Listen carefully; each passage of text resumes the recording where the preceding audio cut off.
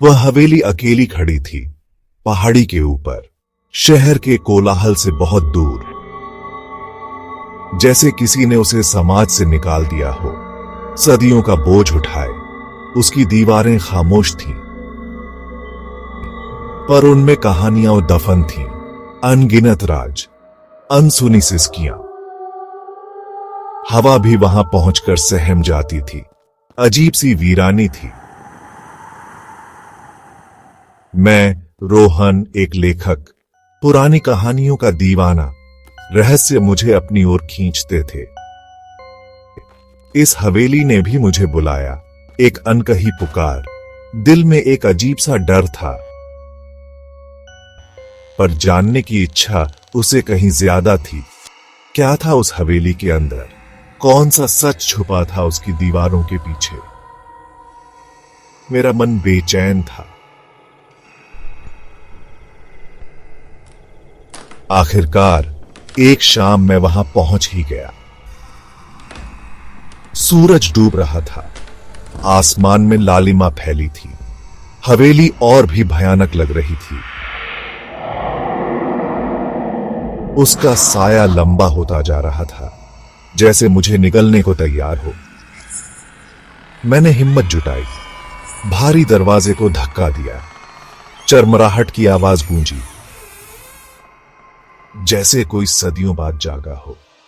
दीवारों पर बड़ी बड़ी तस्वीरें टंगी थीं। उन पर धूल जमी थी, चेहरे धुंधले पड़ चुके थे, पर उनकी आंखें, ऐसा लगता था जैसे वे मुझे ही घूर रही हो। हर तस्वीर में एक कहानी छुपी थी, एक दर्द, एक इंतजार। जैसे वो मेरा ही इंतजार कर रही हो। मैंने नजरें फेर ली, पर उनकी चुभन महसूस होती रही। जैसे वो कुछ कह रही है, अंदर ही अंदर चीख रही है।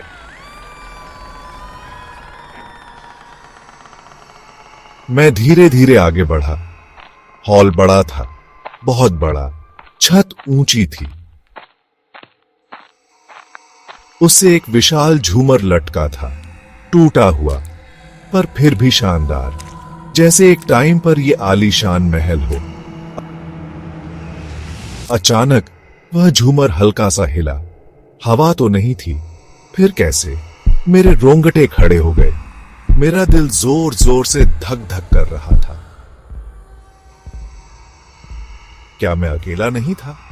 तभी मेरे पीछे दरवाजा अपने आप बंद हो गया। बहुत जोर की आवाज हुई। मैं उछल पड़ा, मुड़कर देखा। दरवाजा अपने आप बंद हो रहा था।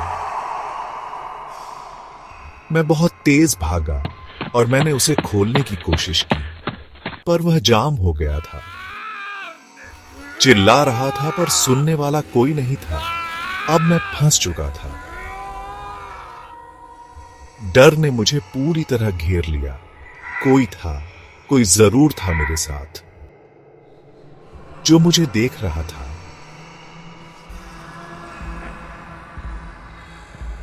दीवारों पर टंगी तस्वीरें अब ज्यादा डरावनी लग रही थीं।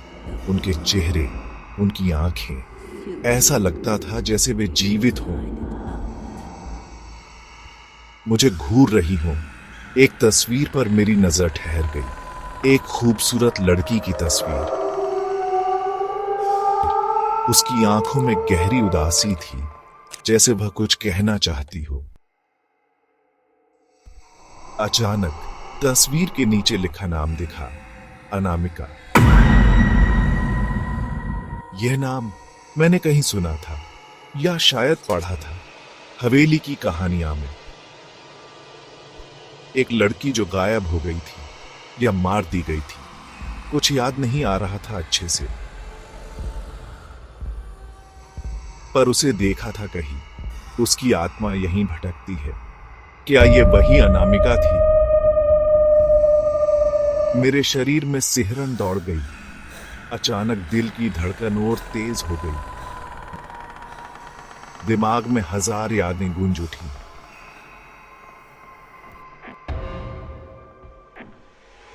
तभी मुझे सिसकियों की आवाज सुनाई दी, बहुत धीमी पर स्पष्ट।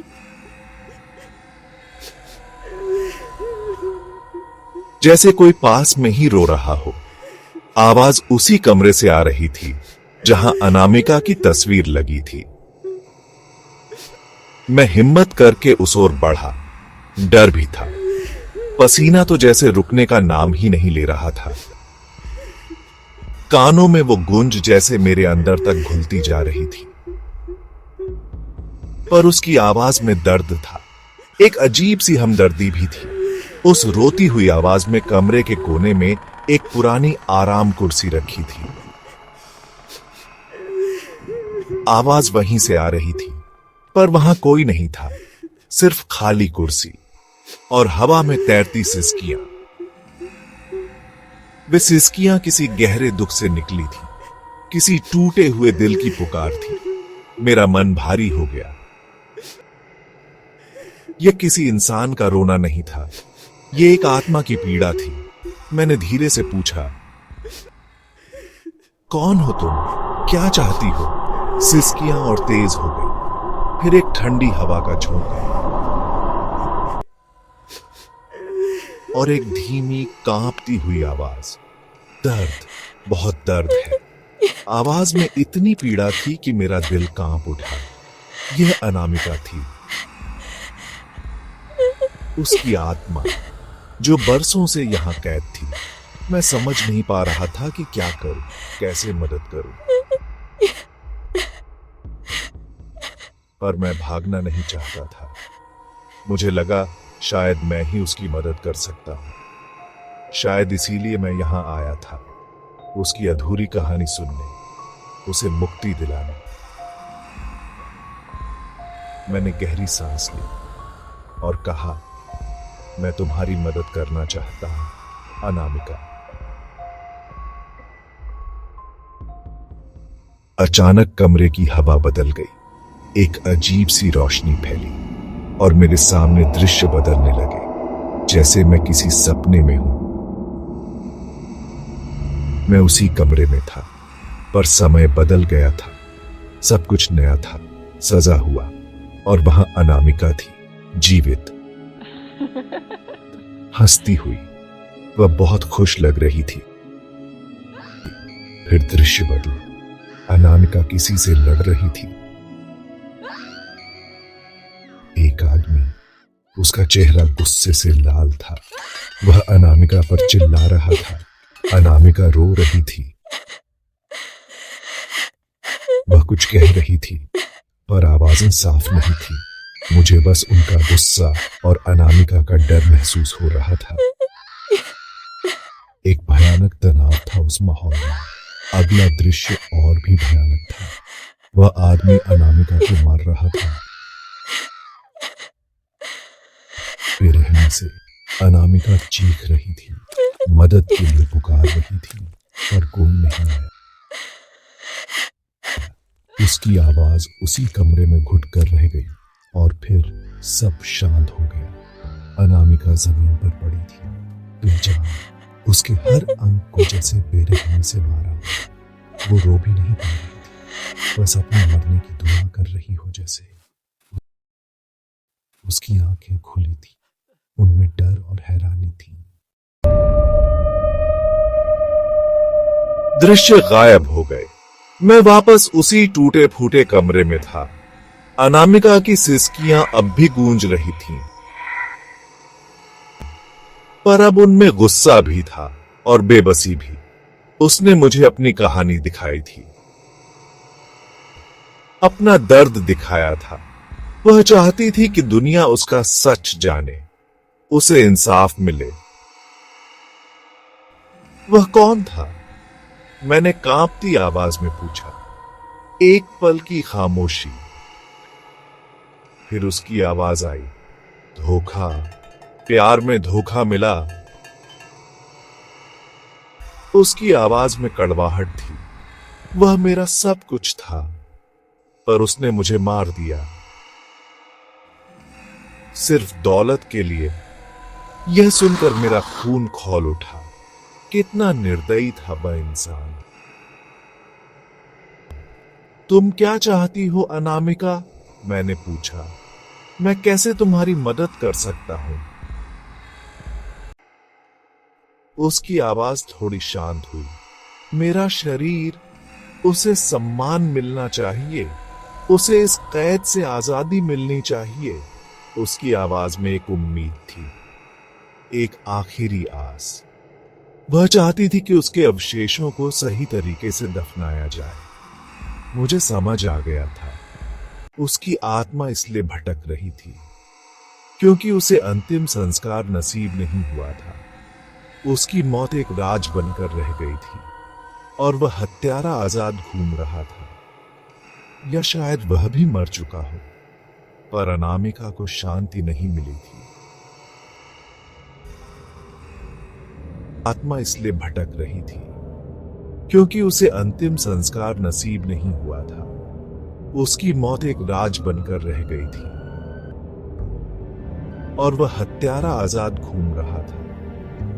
या शायद वह भी मर चुका हो, पर अनामिका को शांति नहीं मिली थी। उसकी आखिरी इच्छा अधूरी थी।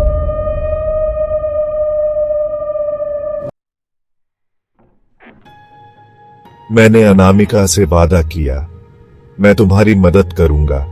मैं तुम्हारे शरीर को ढूंढूंगा और उसे पूरे सम्मान के साथ विदा करूंगा। मेरी आवाज में दृढ़ता थी। अनामिका की सिसकियां थम गईं। कमरे में एक अजीब सी शांति फैल गई, जैसे बरसों का बोझ उतर गया हो। अगले दिन मैंने पुलिस को खबर दी, उन्हें सारी कहानी बताई। पहले तो उन्होंने यकीन नहीं किया, पर जब मैंने उस गुप्त तहखाने का रास्ता दिखाया और वहां अनामिका के अवशेष मिले, तो सब हैरान रह गए। हवेली का राज खुल चुका था। अनामिका की कहानी दुनिया के सामने आ गई थी। अब अनामिका को मुक्ति मिल गई थी। वो मेरा धन्यवाद करती है, विदा लेती है। मैं अब खुश हूं, पर ये क्या अब फिर वही अननोन नंबर? अब मुझे कौन कॉल कर रहा है? अगर आपको ये कहानी अच्छी लगी तो प्लीज लाइक और सब्सक्राइब जरूर करना और बताना अगली कहानी किसी सुनना चाहेंगे।